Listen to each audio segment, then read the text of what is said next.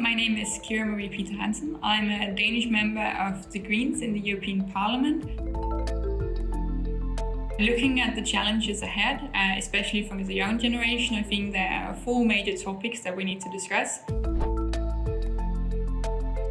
We face a major climate crisis and we see a lack of responsibility and political will to really do what it takes. And we have a young generation who are actively going to the streets, marching, fighting for a better future, but aren't being heard by the political leaders. And if we want to have a livable planet after 2030, we really need to do whatever it takes to ensure a green transition. And I think this is the most important crisis that we are facing as a global world right now, and where we really need to step up. We see a backlash of democracies in a lot of countries.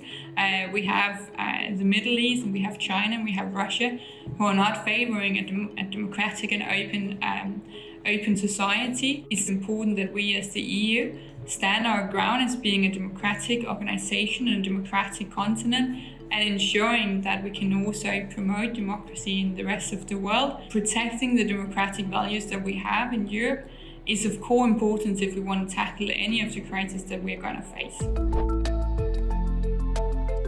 The third issue is the aspect of rule of law and human rights. Currently, we're facing in Europe a Hungary and a Poland who are not really favoring the idea of rule of law. And here we need a strong European response saying that if you want to be in the club of the EU, you need to also protect our values and live by them. We cannot have a European Union where it's not possible to be transgendered or homosexual. We need to have the respect of human rights, and we need to ensure that all countries in the EU are based on the fundamental of rule of law.